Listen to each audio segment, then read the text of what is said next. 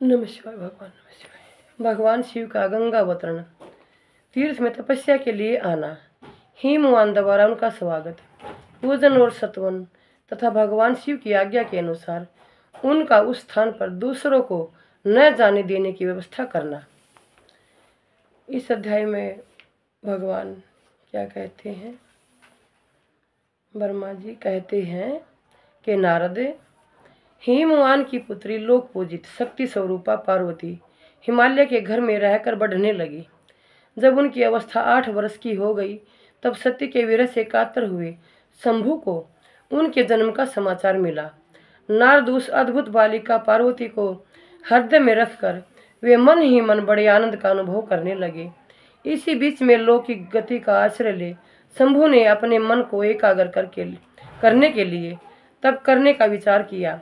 नंदी आदि कुछ शांत पार्षदों को साथ ले वे हिमालय के उत्तम शिखर पर गंगावतार नामक तीर्थ में चले आए, जहाँ पूर्व काल में ब्रह्मा धाम से संयुक्त होकर समस्त पाप राशि का विनाश करने के लिए चली हुई परम पावनी गंगा पहले पहल भूतल पर अवतीर्ण हुई थी।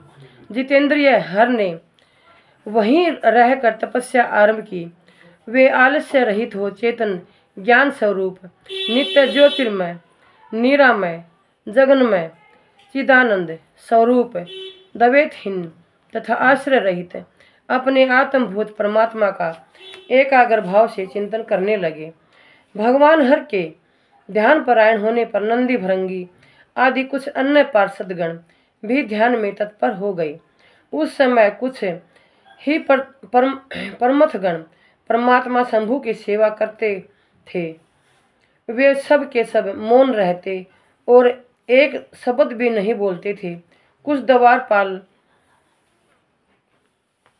हो गए थे। इसी समय गिरिराज हिमवान उस औषधि बहुल शिखर पर भगवान शंकर का शुभागमन सुनकर उनके प्रति आदर की भावना से वहां आए। आकर सेवकों सहित गिरिराज ने भगवान रुद्र को प्रणाम किया, उनकी पूजा की और अत्यंत प्रसन्न हो हाथ जोड़कर उनका सुंदर सत्वन किया। फिर हिमालय ने कहा कि प्रभु, मेरे सौभाग्य का उदय हुआ है जो आप यहाँ पधारे हैं। आपने मुझे स्नात कर दिया। क्यों न हो, महात्माओं ने यह ठीक ही वर्णन किया है कि आप दीन वत्सल हैं। आज मेरा जन्म सफल हो गया, आज मेरा जीवन सफल हुआ और आज मेरा सब कुछ सफल हो गया, क्योंकि आपने यहाँ पदार्पण करने का कष्ट उठाया है। महेश्वर, आप मुझे अपना दास समझकर शांत भाव से मुझे सेवा के लिए आज्ञा दीजिए। मैं बड़ी प्रसन्नता से अनन्यचित होकर आपकी सेवा करूँगा। ब्रह्मा जी कहते हैं कि नारद, गिरिराज का यह वचन सुनकर महेश्वर ने किंचित आंखें खोली और सेवकों सहित हिमवान को देखा। सेवकों सहित गिरिराज को उपस्थित देख ध्यान योग में स्थित हुए जगदीश्वर वृषध्वज ने मुस्कुराते हुए से कहा। महेश्वर बोले, शैलराज, मैं तुम्हारे शिखर पर एकांत में तपस्या करने के लिए आया हूँ। तुम ऐसा प्रबंध करो जिससे कोई भी मेरे निकट न आ सके। तुम महात्मा हो, तपस्या के धाम हो तथा मुनियों, देवताओं, राक्षसों और अन्य महात्माओं को भी सदा आश्रय देने वाले हो। द्विज आदि का तुम्हारे ऊपर सदा ही निवास रहता है। तुम गंगा से अभिषिक्त होकर सदा के लिए पवित्र हो गए हो। दूसरों का उपकार करने वाले तथा संपूर्ण पर्वतों के सामर्थ्यशाली राजा हो। गिरिराज, मैं यहाँ गंगा अवतरण स्थल में तुम्हारे आश्रित होकर आत्म संयम पूर्वक बड़ी प्रसन्नता के साथ तपस्या करूँगा। शैलराज गिरि श्रेष्ठ, जिस साधन से यहाँ मेरी तपस्या बिना किसी विघ्न बाधा के चालू रह सके, उसे इस समय प्रयत्न पूर्वक करो। पर्वत परवर मेरी यही सबसे बड़ी सेवा है। तुम अपने घर जाओ और मैंने जो कुछ कहा है उसका उत्तम प्रीति से यत्न पूर्वक प्रबंध करो। ब्रह्मा जी कहते हैं कि नारद, ऐसा कहकर सृष्टिकर्ता जगदीश्वर भगवान शंभु चुप हो गए। उस समय गिरिराज ने शंभु से प्रेम पूर्वक यह बात कही। जगन्नाथ, परमेश्वर, आज मैंने अपने प्रदेश में स्थित हुए आपका स्वागत पूर्वक पूजन किया है। यही मेरे लिए महान सौभाग्य की बात है। अब आपसे और क्या प्रार्थना करूं? महेश्वर, कितने ही देवता बड़े बड़े यत्न का आश्रय ले महान तप करके भी आपको नहीं पाते।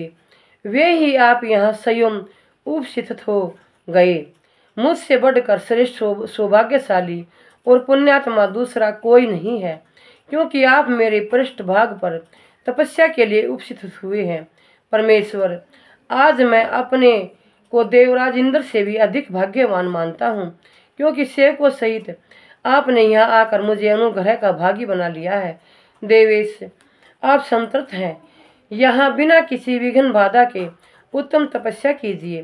प्रभु, मैं आपका दास हूँ, अतः सदा आपकी आज्ञा के अनुसार सेवा करूँगा।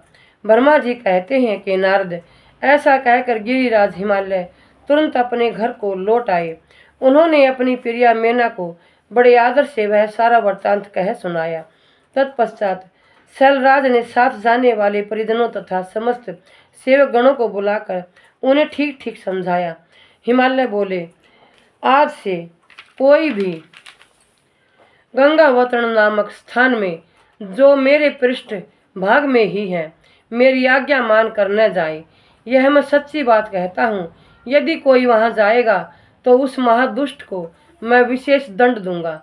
मुन्ने इस प्रकार अपने समस्त गणों को शीघ्र ही नियंत्रित करके हिमवान ने विघ्न निवारण के लिए जो सुंदर प्रयत्न किया, वह मैं तुम्हें बताता हूँ। सुनो। नमः शिवाय भगवान, नमः शिवाय।